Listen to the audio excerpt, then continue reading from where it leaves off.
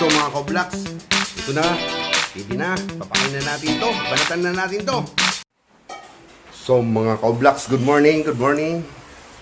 Sabay, ay linggo pala ngayon. So magluluto tayo ng dinuguan. Dinuguan. So mga Koblax, may bago tayong chef. Chef Dagol. Gagawa tayo ng dinuguan. Chocolate milk. That's what you call. Ito yung lamang loob. Linisan mo maayos yan ha. Yung walang amoy. Kasi may mga tae-tae yan. So, may dugo na tayo. At saka may karne. Ito, gagawin natin to ha. Kasi na kayo mga Koblax nitong pwesto ko ha. Medyo makalat dito. Ang importante dito yung lasa. Mga Koblax. Pero, huwag niyong kakalimutan, mas masarap pa rin ako sa dinuguan. Ano ba? Ayusin mo yan ha. Ako magluluto, i-prepare mo lang ha. Koblax. Tinitira ni Dagol yung lamang loob. So, lilinisan natin yan ng ano, para mawala yung amoy niya. Talagyan natin ng pabango. Yan, mga ibak-ibak yan eh. Palachap na ito. Palachap. Kasama lahat yan. Huwag mo na akong pakialaman. Ako nagluluto, ikaw lang mag-prepare. Ang obligasyon mag-prepare lang. Kaya huwag mo kong pangunahan.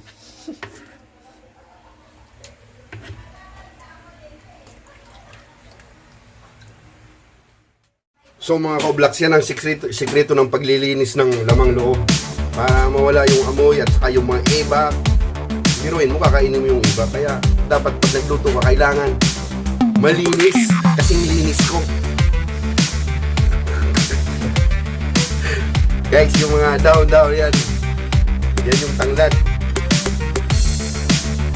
Kaya, sige, banatan mo.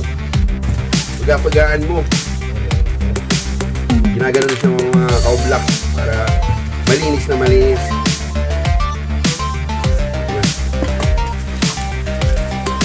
Ganyan yung mga Koblax. Matutugo kayo kay Dagol. Pero si Dagol tinuruan ko lang yan. Tingnan mo na magkamay ni Dagol. Yung lamang loob, lilinisan natin yan ng maayos para pag naluto na siya, wala siyang amoy. Guys, biruin mo naman, di ba? Tapos guys, may mga kasama yan na laman. Ay, itong laman na may taba. Ito. Ha? Ugasan pa din. Eh, syempre, dapat ugasan. Kailangan malinis. Ganun tayo magluto. Pero, guys, mga Koblax, huwag niyong kalimutan pala subscribe my channel ha. Don't forget to subscribe my channel and click the bell button para updated kayo sa mga bago kong videos. So ganyan mga Koblax pag inaano yung yung dugo para inaano siya, pinipigaan siya ng lemongrass para yung mga buo-buo, and then paglagay mamaya lalagyan natin ang salaan niya para yung mga bilog din siya makakasama. So, ilalamutak ni Dagol.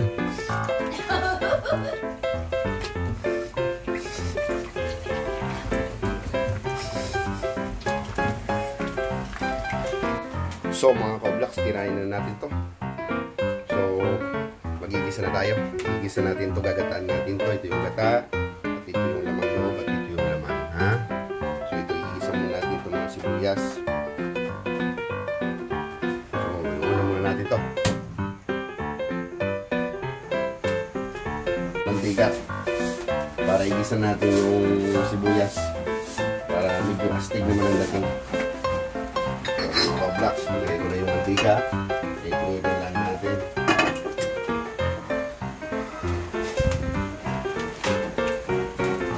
Then, huwag na natin patagilin to, baka tirahin pa to. Lagyan natin yung bawang.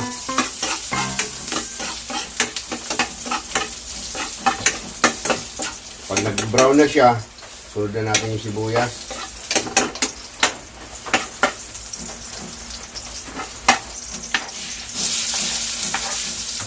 Then luya. Halo na natin yan. Ganun din naman. Pagkasama-sama yan. Kasi lagyan pa natin ng konting mantika. Medyo tuyo siya eh.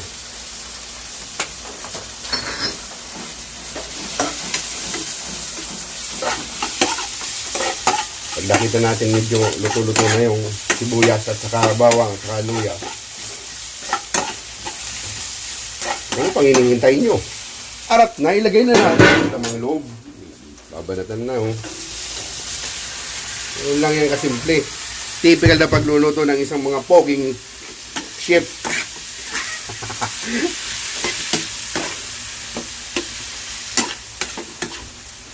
Lakas natin yung apoy. Kung mga ka-vlogs, pasensya na kayo sa lutuan ko ha. Napakalit nito. Mga tao kasi ito mga dwarf.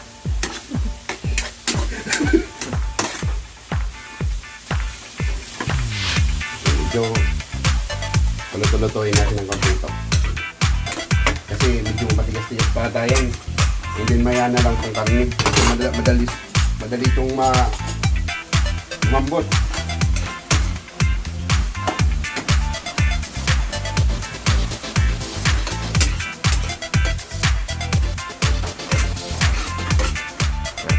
So mga ka-vlogs, lalagay na natin yung karne. Yung laman na may taba-taba. Para magsama siya mag-isa. So ala, siguro magtataka kayo kung bakit ang liit o dinuguan. Paano lalagyan ng sabaw, no?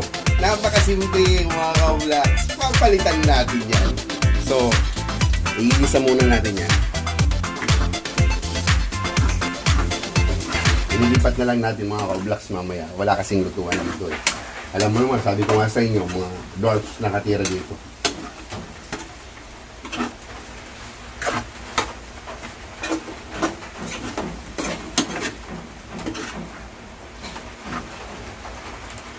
Standby mo na mga ka-vlogs. Ilipat natin ang lutuan kasi nga, maliit lang to. So dito na natin.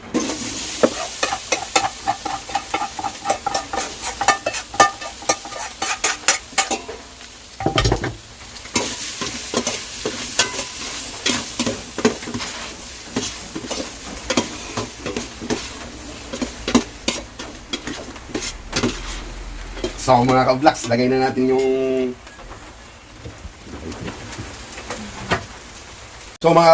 na natin yung gata. Ito yung guys, itong luto na to tinatawag to signal number 5 dinuguan. Signal number 5 sa yabang. Wala mga panama mga shit dyan. Dito sa dinuguan na signal number 5. So guys, so hintayin na lang natin yan na matuyo yung gata, and then after matuyo na yung gata, ilalagay na natin mga ka-vlogs yung dugo. So, standby muna tayo mga ka-vlogs. So, mga ka-vlogs, lagyan ko na yun ng gata, kaya tulo na siya. Lagyan na natin yung dugo. Ayun. Ay, shit. Nagkawarak na. Mga ka-vlogs, lagi yung ilagay yan.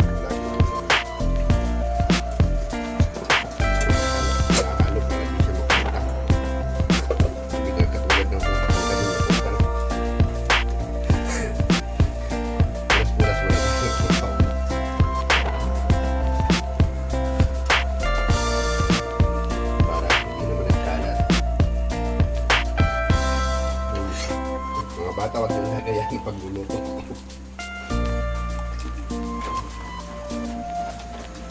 Kailangan natin siyang hahaluin para di siya makurta.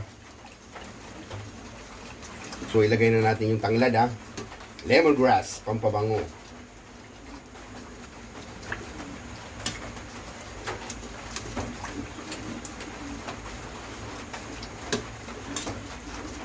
So habang hinahalo natin, lagyan natin ng suka para medyo maasim ng konti. Yun. Hindi nakakaumay.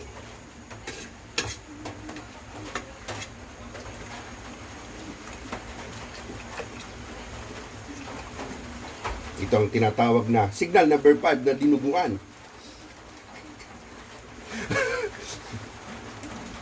Pero alam niyo mga ka-vlogs, itong dinuguan, napakasarap. Lalo na sa ating mga Pilipino. Mura lang, lamang loob, mura lang.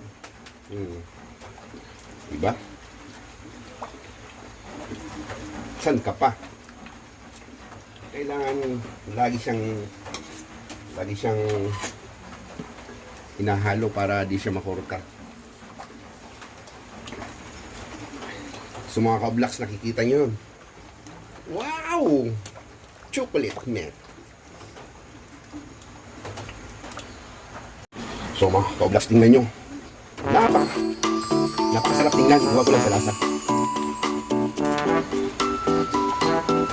Ganda ng ng dinuguan ng dito lang. Hindi ka na dinuguan dito lang sa mga may dito may ang pagkagawa ng dinuguan ay salamat. So kami kasi pinabibigyan kami. Promise namin kaya yung nakasanayan namin doon, ilalagay namin ng gata. Para daw masarap. Nagkikilimit-kilimit siya. Mga ka-vlogs. Saan ka pa? Malakas ang naman. Signal number 5 na huli ba yan? Mas malakas ang yabang po. Mga ka-vlogs. See? Mga natin yung sabaw niya. Ayos na. Oh, hindi. Nakakalimutan. Counting asin. Lagyan natin yung konting asin. Medyo matabang. Pero guys, huwag kayo. Advice lang huwag kayong magluluto ko ng sobrang alat. Okay lang matabang, huwag lang maalat. Kasi alam mo naman, nakakasira sa health natin. So mga ka-vlogs, alam mo ba kung kasi may bagyo nga, signal number 5, wala kaming sili. Ang ilalagay namin ito. Yan lang nakuha namin dyan sa bakuran namin. Kaya tsagaan na natin ito mga ka-vlogs. dalawang siling maliligit. Sabi ko nga sa iyo mga pang-door pang-gamit dito O, tingnan yung mga ka-vlogs. Nakikita nyo yun. Mukhang masarap no. Mukha lang.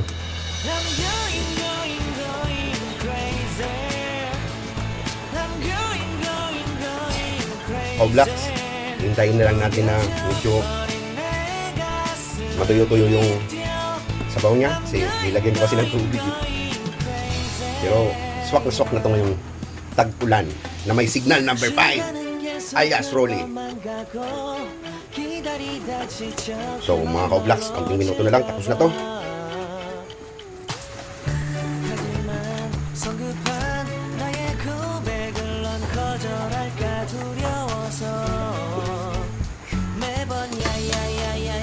Mga ka-vlogs, pwede na to. Try na natin kumuha. Tikman natin kung anong lasa nito, mga ka-vlogs.